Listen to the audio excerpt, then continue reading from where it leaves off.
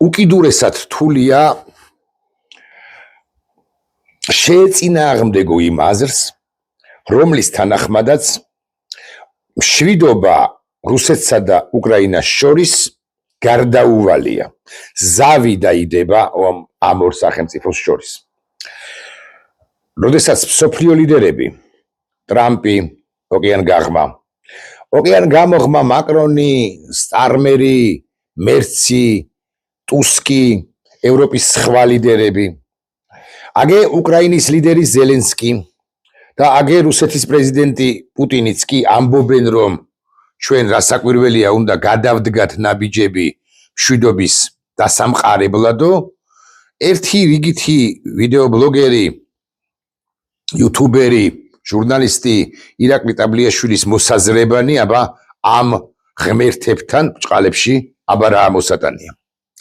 ამ ყველაფრის მიუხედავად მე გავრისკავ და განსხვავებულ მოსაზრებას შემოგთავაზებთ იმასთან დაკავშირებით, რომ ომი როგორც ასეთი ვერ შეწყდება. ჩემი აზრით ვერ შეწყდება. ანუ მე მიუხედავად იმისა, რომ პუტინმას დაადასტურა მზაობა იმასთან დაკავშირებით, რომ მზად არის რუსეთი შეხვდეს უკრაინულ მხარეს სტამბულში აგეთ 15 მაისს დღე-დღეზე, მე არ გამოვრიცხავ, რომ ეს შეხვედრა შედგება, უფრო ზუსტად დაზუსტებით შემიძლია ვთქვა, რომ ეს შეხვედრა მართლაც რომ შედგება, იზეიმებს ოკეან გაღმა ყოფი პრეზიდენტი დონალდ ტრამპი იმას, რომ როგორც იქნა მისმა სამშვიდობო ინიციატივებმა და ძალისხმევამ შედეგი გამოიღო, ევროპელებიც აღყვებიან ფორმალურად თუ ფორმალისტურად ამ ყველაფერს, უკრაინელები სიტყვიან და ამბობენ კიდეც, რომ რა კარგი რამე ხდება, აგე პუტინი როგორც იქნა მოვიდა აზრზე და მოლაპარაკებებს გვთავაზობსო, რუსების ფორმალისტურად ჩავლენ რასაკვირველია სტამბულში და პირისპირ დასხდებიან უკრაინულ დელეგაციასთან, ეს არ არის პრეზიდენტებს შორის შეხვედრა, ბარებ ვიტყვი, ეს იქნება შედარებით დაბალ დონეებზე შეხვედრა, დაბალ დონეზე შეხვედრა. ამ ყველაფრის მიუხედავად გავრისკავ და ვიტყვი, რომ ომი ვერ დასრულდება. და გეტყვით რატომაც. პირველ ყოვლისა, არასტანდარტულად ვიმსჯელოთ. იმ შემთხვევაშიც კი თუ მხარეები ერთმანეთს ხელს ჩამოართმევენ, რაც წარმოუდგენელია, მაგრამ მაინც ამ შემთხვევაშიც კი უკრაინის შეერაღებული ძალები უბრალოდ ომს, ანუ წინააღმდეგობას არ გააჩერებენ. ვერავინ და მათ შორის ვერ ზელენსკი ვერ დაავალდებულებს უკრაინის შეერაღებულ ძალებს, რომ დათმონ პოზიციები, ის პოზიციები, რომელთა დათმობასაც რასაკვირველია მოითხოვს რუსეთი სტამბულის მოლაპარაკებებზე. უკრაინულმა დელეგაციამ თანხმობას რომ განაცხადოს პოზიციების დათმობაზე, ჯარისკაცები, მეომრები, შეიარაღებული ძალები ამაზე უარს იტყვიან და პირიქით გავბედავ და ვიტყვი მოუტრიალდებიან საკუთარ ხელისუფლებას, ზელენსკის მთავრობას და იტყვიან, რომ ჩვენ 3.5 წელიწადია ომში, იმიტომ არ ვართ, რომ სტამბულში ვიღაცამ მოილაპარაკოს ჩვენთვის და უკრაინისათვის არახელსაყრელ პირობებზე მოვაწეროს ხელი. მაგრამ აქამდე საქმე არც მივა რეალურად. რეალურად რუსეთს ხელი არ აუღია, ანუ უარი არ უთქვამს იმ მოთხოვნებზე, რომლებსაც ის აყენებდა ჯერ კიდევ 2022 წლის 24 თებერვლამდე. აკი პუტინმა თქვა კიდეც, რომ ვილაპარაკოთ იმ ფორმატში თუ იმ თემებზეც, მიუხედავად იმისა, რომ თითქოს პირობები არ აქვს წინასწარი, რომლებიც განიხილებოდა მხარეებს შორის ვიდრე ომის დაწყებამდეო, ვიდრე სპეციალური სამხედრო ოპერაციის დაწყებამდეო. მე შეგახსენებთ, რომ ეს პირობებია, პირველი, უკრაინის არ შესვლა ნატოში. თავად უკრაინა უარს ამბობს ამ პირობების დაკმაყოფილებაზე. შეერთებული შტატები ამბობს, რომ თუ უკრაინის ნატოში გაწევრიანების საკითხი დღის წესრიგში დადგება ნატოს სამიტზე, შეერთებული შტატები ამას დაადებს ვეტოს. რუსეთი არ ითხოვს ჯერ, მაგრამ მოითხოვს ინსტიტუციურ მხარგამაგრებას ამ მუხლისა. პირველი მოითხოვს, რომ უკრაინის კონსტიტუციაში ჩაიწეროს, რომ გადარჩენილი უკრაინა არის ნეიტრალური სახელმწიფო, ანუ არ მიდის ჩრდილოატლანტიკური ალიანსისაკენ, არ უნდა ჩრდილოატლანტიკურ ალიანსში გაწევრიანება რუსეთი იტყვის დაახლოებით შემდეგს. ტრამპი წავა 2029 წლის დასაწყისში და მე რა გარანტია მაქვს რომ ნებისმიერი შემდგომი პრეზიდენტი რესპუბლიკელი თუ დემოკრატი არ უარყოფს ტრამპის ნათქვამს და ვეტოს დაადებს ისიც როგორც ვეტოს დაადებს ტრამპი უკრაინის გაწევრიანებას ჩრდილოატლანტიკურ ალიანსში. ამიტომ ინსტიტუციური გარანტიები რუსეთისათვის გარდაულა დაუცლებელია. ამ ინსტიტუციურ გარანტიებს ვინ უნდა გასცემდეს თუ არა უკრაინა და უკრაინა ამაზე ყაბულ არაა. და მოდი ვიყოთ რეალისტურები, 2028-29 წლამდე უკრაინა მართლაც ვერ გაწევრიანდება ნატოში და დაელოდება ამერიკის შეერთებული შტატების შემდგომი პრეზიდენტის და ადმინისტრაციის პოზიციას ამასთან დაკავშირებით. თუ შემდგომი ადმინისტრაციაც იტყვის, რომ ჩვენს დავადებთ ვეტოსო, შესაბამისად დაელოდება კიდე 4 წელიწადს და ასე შემდეგ, მოკლედ თავისინებით უარს არ იტყვის. მაგრამ გავარებოთ ახლა ამას თავი, ნატო ძალიან მნიშვნელოვანი პუნქტია, მნიშვნელოვანი მოთხოვნა ნატოში უკრაინის არ გაწევრიანება რუსეთის მხრიდან და რო ვერ შეთანხმდებიან ისეთი, მაგრამ არ არის ეს ერთადერთი მუხლი. მეორე მუხლია 2022 წლის 24 თებერვალამდე რას ითხოვდა რუსეთი?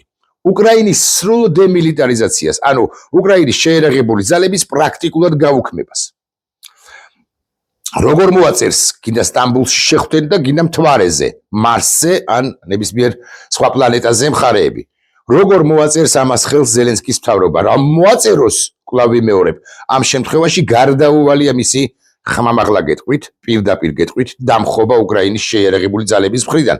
აქედან გამომდინარე და გარდა ამ ყველაფრისა იმიტომ რომ უკრაინის სახელმწიფოებრივ ინტერესს არ უღალატებს პრეზიდენტი ზელენსკი და მისი დელეგაცია, მისი მთავრობა, მისი ხელისუფლება ამაზე ხელს ვერ მოვაწერს. არა და რუსებს დაჟინებული აქვთ და ამბობენ რომ ეს არის ერთ-ერთი მოთხოვნა ჩვენს მრავალ მოთხოვნათა შორის. კარგით, გავგიჟდეთ და გაგიჟდა პრეზიდენტი ზელენსკი, შევცდი მე, არავინ არ აპირებს დამხობას ზელენსკის, არავინ არ აუბუნტდება. უკლებლივ ყველა იტყვის რომ სწორია, უკრაინას შეერაღებული ძალები არ უნდა ჰყავდეს, ანუ დემილიტარიზაცია უნდა მოხდეს უკრაინისო, რაც წარმოუდგენელია, მაგრამ მაინც. მესამე და მნიშვნელოვანი მოთხოვნა, უკრაინის დენაციფიკაცია. რას ნიშნავს უკრაინის დენაციფიკაცია? რუსეთს შეუძლია თქვას, რომ თქვენს სკოლებში უკრაინული ენა რომ ისწავლება, ესეც თქვენი ნაციფიკაციის დადასტურებაა და როგორ მოაწერს ამას ხელს პრეზიდენტი ზელენსკი ან მისი დელეგაცია. წარმოუდგენელია ეს. მაგრამ მოდი წარმოვიდგინოთ ეს წარმოუდგენელიც და ვთქვათ, რომ ზელენსკი ამაზეც ყაბულ არის. უკრაინის შეერაღებული ძალების გაჩერდნენ, არ დაამხეს.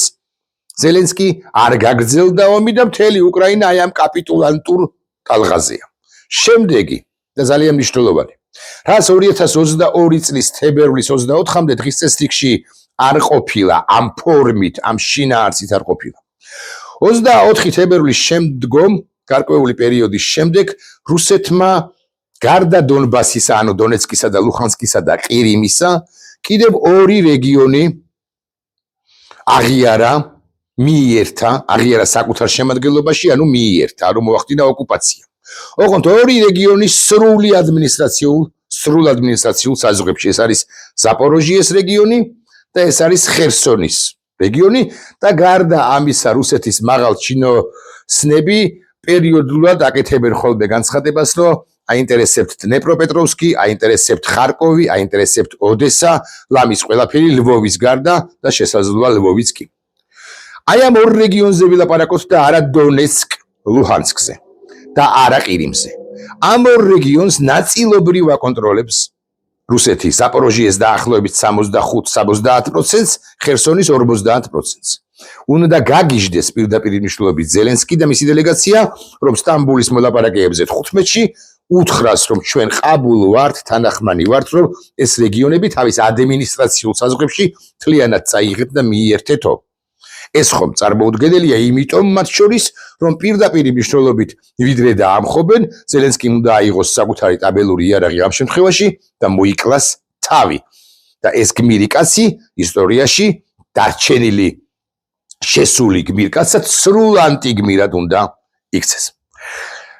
ზელენსკის სულ რომ მთელი მსოფლიო მიაწვეს და უთხრას მათ შორის ევროპის კონტინენტიდან უთხრან რომ ეს უნდა გააკეთო ზელენსკი ამაზე თანახმა არ იქნება არც ერთ სხვამა იმ პუნქტზეც რომლებზეც მანამდე ვისაუბრე ანუ დემილიტარიზაცია ნატოში არ შესვლა დენაციფიკაცია უამრავი რამ მაგრამ ამაზე ხომ მით უფრო და მით უმეტეს არ იქნება თანახმა კარგით წარმოვიდგინოთ რომ ზელენსკი აქაც გაგიჟდა და არაფერი არ მოხდა არც უკრაინის შეერაღებულმა ძალებმა დაამხეს არც სტაბილური იარაღი იხმარა საკუთარი ზელენსკიმ კატასტროფა იქნება მაგრამ ამ კატასტროფასაც გადაურჩა შემდეგი მუხლი რაც იქნება რუსეთისა მოთხოვნა რაც იქნება რომ ზელენსკი უნდა გადაირჩიონ ეხა რაც აქამდე ვილაპარაკი იმასთან შედარებით ზელენსკის არჩევა გადარჩევის საკითხი ანუ არჩევნების საკითხი მართლა მეხუთე ხარისხოვანია სწრაფად გავიაროთ ეს საკითხი შემდეგი მუხლი რაც იქნება ანუ ნატო დონბასი დემილიტარიზაცია დენაციფიკაცია ზელენსკის გადარჩევა უამრავი რამ ტერიტორიების დათმობა და ასე შემდეგ ერთ-ერთი და მთავარი მუხლი იქნება ის რომ რუსეთისა რომ არანაირი სამშვიდობო ძალა არ უნდა შევიდეს უკრაინის ტერიტორიაზე უკრაინის დარჩენილი ტერიტორიის აი რაც დარჩა კიევი ლვოვი ხარკოვი ისიც შესაძლოა დრეპნოპეტროვსკი და ასე შემდეგ მათ დასაცავად მათი უსაფრთხოების უზრუნველსაყოფად ისი თქვენ რომ დაახლოებით 40,000-50,000 ძალიან რთული იქნება მათი მობილიზებაც ევროპაში მაგრამ მაინც 40-50,000 კაციანი კონტინგენტის შექმნა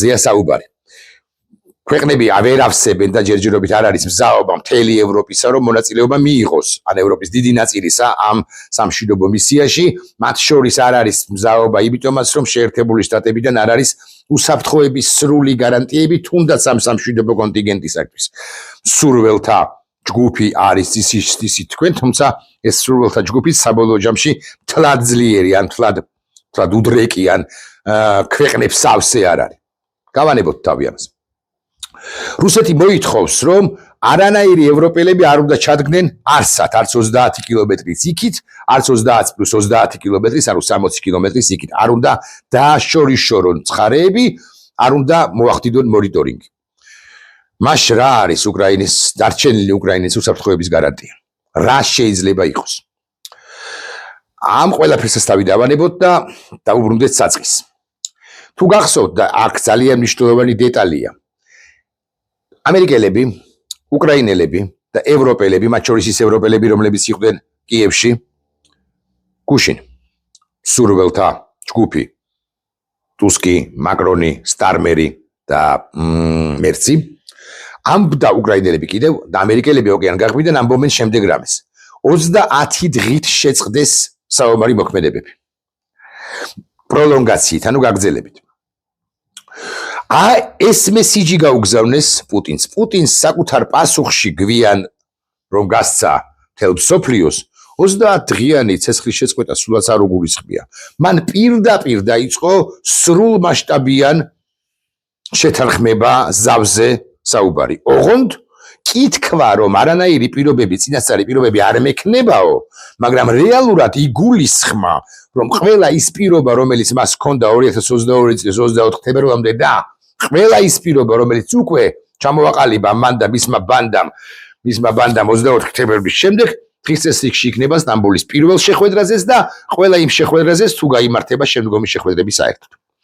ტრამპი მიესალმა უგაცრავად ზელენსკი მიესალმა კი არა ზელენსკი მაიტაცა ეს დიპლომატიური პინგ-პონგი ცხადია ზელენსკიმ კონსულტაცია გაიარა სტარმერთან მაკრონთან მერცთან და მაღალი ალბათობით ტუსკთანაც და ზელენსკი თითქოს ახვა პუტინის დახვა უფრო ზუსტი ზნა არის ამ თამაშს ამ პინგ-პონგს ბურთი რომ გადმოვარდა ევროპელთა და უკრაინელთა მხარეს სწრაფადვე დაუბრუნეს პასუხი უთხრეს რომ ოკეი ჩვენ თანახმანი ვართ და 15-ში რუსები ამბობენ უკვე რომ ჩამოყალიბდება და გამოცხადდება დელეგაცია რუსეთის ხელისუფლებისა რუსული დელეგაცია ეს შეხვედრა 15-ში როგორც ჩანს მაინც შედგება მაგრამ უკრაინელებიც ერმაკის დონეზე ან სხვა დონეზე ჩავლენ სტამბოლში რატომაც არა მაგრამ მერე რა ხდება მერე როცა პირველივე შეხვედრაზე ეს გაღორებული ქვეყანა პუტინის ბრძანებით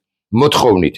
პირველივე შეხვედრაზე დააყენებს იმ მოთხოვნებს, რომლებიც მას რუსეთს ჰქონდა იმ თავითვე. უკვე შემდგომ 16 მაისს, 17 მაისს, 25 ივნისს, 19 ივლისს, 12 აგვისტოს, 10 სექტემბერს რა ხდება? ანუ პროცესი გრძელდება თუ არა? მე გეტყვით რა მოხდება ჩემი აზრით. უკრაინელები თავად არ იტყვიან რომ გადიან მოლაპარაკებებიდან, არა, ეს ჭკუა და დიპლომატიურობა ეყოფა ზელენსკის სასაკვირველია დასავლეთის ევროპელთა რჩევების გაითვალისწინებს და ამერიკელთა რჩევებსაც დაჰყვება. უკრაინელები თავად არ იტყვიან, თუმცა იტყვიან რომ რუსეთს იგივე მოთხოვნები აქვს პრაქტიკულად და ერთი ნაბიჯითაც არ იხევს უკან. დიახ, თუ მოლაპარაკება, ანუ შეთანხმება უნდა შედგეს ცეცხლის შეწყვეტის თაობაზე, ცეცხლის სამუდამოდ შეწყვეტის თაობაზე, კონფლიქტის დასრულების თაობაზე, ბუნებრივია რომ მხარეებმა უნდა დაიხიონ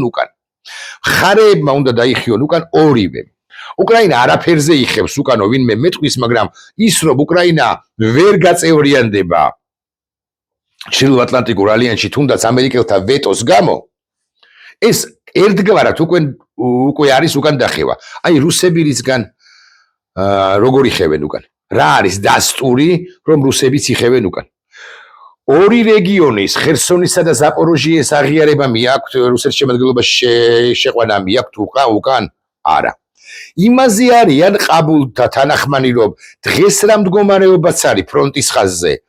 აი იქ დაშორიშორდნენ მხარეები 30 კილომეტრით, იქით 30 კილომეტრით აკეთ, ანუ 60 კილომეტრიანი ბუფერული, თუნდაც 30 კილომეტრიანი ბუფერული ზონა შეიქმნას, ამაზეც რუსები ყაბულ არ არიან.